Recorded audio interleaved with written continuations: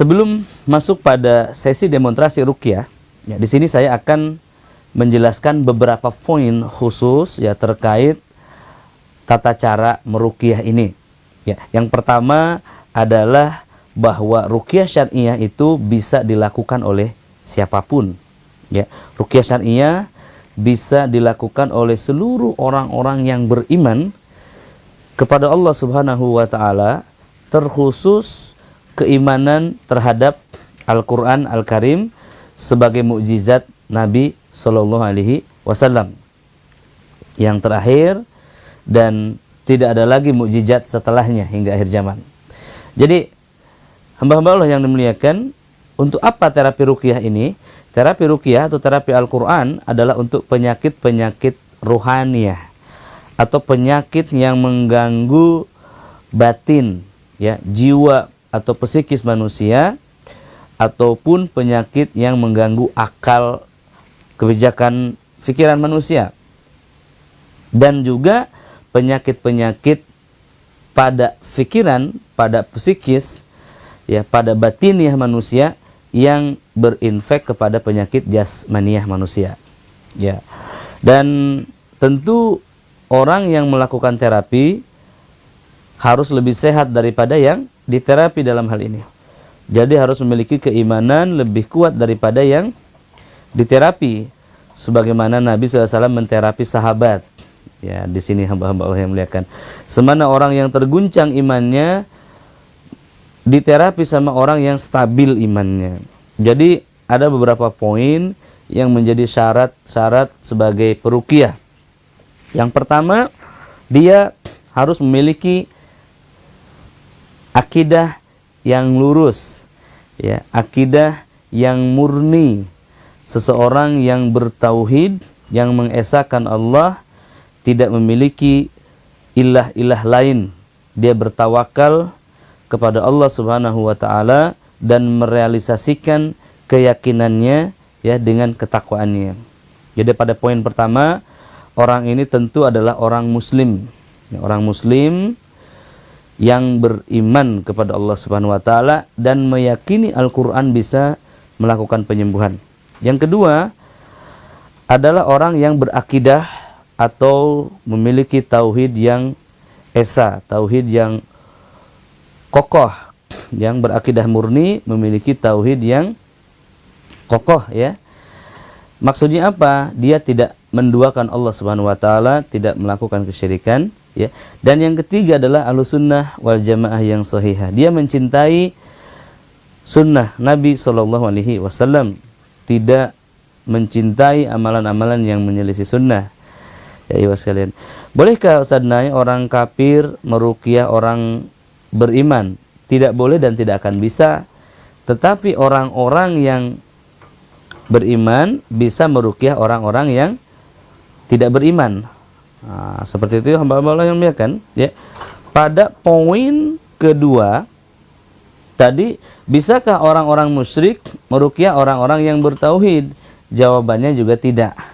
Kalaupun terjadi, maka apa yang dilakukan, apa yang akan terjadi, iman seseorang tersebut, ya, tidak akan mampu menghadapi setan yang mengganggu orang yang bertauhid tadi, karena posisi setan itu sesuai dengan keimanan seseorang tersebut. Maksudnya apa? Kepada orang-orang yang bertauhid, setan yang mengganggunya pun adalah lebih kuat, lebih besar. Kepada ulama, setan yang mengganggunya juga adalah ulama setan.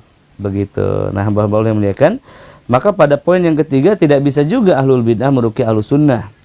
Justru ahlus sunnah yang meruqyah ahlul bid'ah. Nah, kenyataannya di muka bumi ini tidak ada orang yang mengaku sebagai jemaah ahlul bid'ah. Nah, di sini ini 3 poin utama yang memang pasti, kalaupun kemudian terpaksa, pasti keadaannya akan sulit.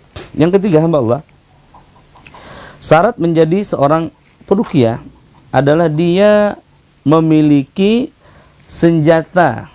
Ya, kalau yang 3 ini adalah kekuatan atau amunisi, ya, amunisi yang dimiliki seseorang, yakni ketakwaan, atau ketaatan yang menjadi cerminan keimanan dan akidahnya yang lurus. Poin keempat, ini harus memiliki senjata. Senjatanya apa? Al-Quran yang dibaca. Ya, misalkan Al-Fatihah, ayat kursi, Al-Ikhlas, Al-Falaq, An-Nas. Ya, ini adalah ayat-ayat yang menjadi senjata. Jadi ayat-ayat Al-Quran ini dibacakan dengan akidah yang murni, tauhid yang kokoh, kecintaan kepada Allah dan Rasulnya, mengikuti nabinya, maka ini menjadi kekuatan yang luar biasa. Yang keempat, yang kelima hamba Allah, ya, syarat untuk menjadi peruqyah ini dia adalah orang yang ikhlas, ya.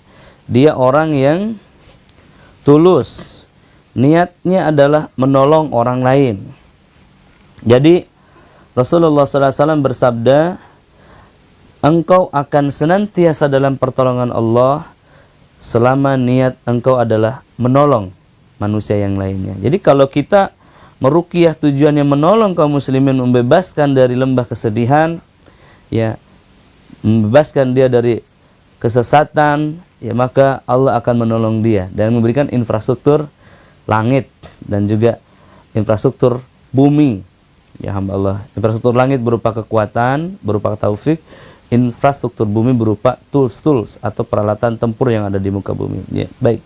Yang selanjutnya hamba Allah, orang yang melakukan ruqyah atau seorang peruqyah itu harus memiliki amalan-amalan sunnah. Amalan sunnah di sini adalah dia harus menandakan syiar Islam. Dia bangga terhadap dirinya sebagai Ahlussunnah. Ya, saya Abdul Barah Al-Usama bin Yasin Al-Ma'ani, ya, saya pernah mengikuti daurah beliau, ya, di Sentul. Beliau mengatakan, bila menjelaskan, ya, 35 kaidah sebagai peruqyah syariah, dan salah satu kaidahnya beliau mengatakan peruqyah itu harus menandakan, menunjukkan syiar seorang Ahlussunnah. Kalau dia tumbuh jenggotnya, dia harus berjenggot. Bahasanya begitu. Dia harus menunjukkan pakaian yang menunjukkan seorang mukmin. Ya. Dia harus memotong celananya di atas mata kaki, dalam artian tidak isbal. Ya. Dia harus mengerti hal-hal ini. Kalau hal-hal kecil ini disepelekan, maka Syekh mengatakan peruqyah itu tidak berwibawa di hadapan bangsa jin. Ya, meskipun ini bukan sesuatu yang sifatnya prinsipal atau wajib, ya. Meskipun ini bukan sesuatu yang wajib, tapi sifatnya prinsipal, begitu hamba Allah. Kenapa demikian? Karena itulah bentuk kekuatan seorang mukmin. Ya, kemudian selanjutnya peruqyah harus memiliki benteng. Ya, dia membaca zikir pagi dan petang, memiliki amalan-amalan sunnah, ya, memiliki amalan-amalan rahasia antara dirinya dengan Allah Subhanahu wa taala, karena ciri orang yang ikhlas itu memiliki amalan-amalan rahasia yang lebih banyak daripada amalan yang nampak. Ya, dan dia tidak terbang saat dipuji dan tidak tumbang saat dicela, ya. Kemudian Allah yang muliakan, dia tidak bermaksiat, ya, baik di depan umum ataupun dalam kesendirian. Ini ideal bagi seorang peruqyah seperti itu, ya. Bagi seorang raqi adalah seperti itu. Dan kemudian di dalam rehab hati kami menetapkan ada kode etik, ya, bagaimana tata cara melakukan ruqyah. Namun pada intinya hamba-hamba Allah yang muliakan, ya, setiap manusia yang beriman, yang telah berislam, dia bisa melakukan ruqyah asal dia memiliki keyakinan bahwa Al-Quran itu bisa mengobati, bisa menyembuhkan atas izin Allah, dan dia memiliki hafalan. Kalaupun tidak memiliki hafalan, dia bisa sambil membacanya, dan itu pun tidak masalah. Hanya hindari kalau ruqyahnya malam hari dan mati lampu, ya, atau kondisinya tidak menentukan, begitu hamba Allah yang muliakan. Baik.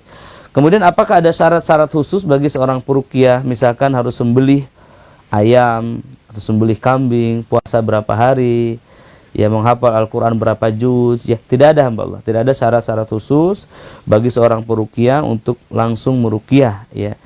Ketika dia beriman kepada Allah, ya, kemudian dia memiliki keyakinan bahwa Al-Quran bisa menyembuhkan dengan izinnya dan bisa membacakannya, bisa melakukannya, mengetahuinya, maka lakukanlah.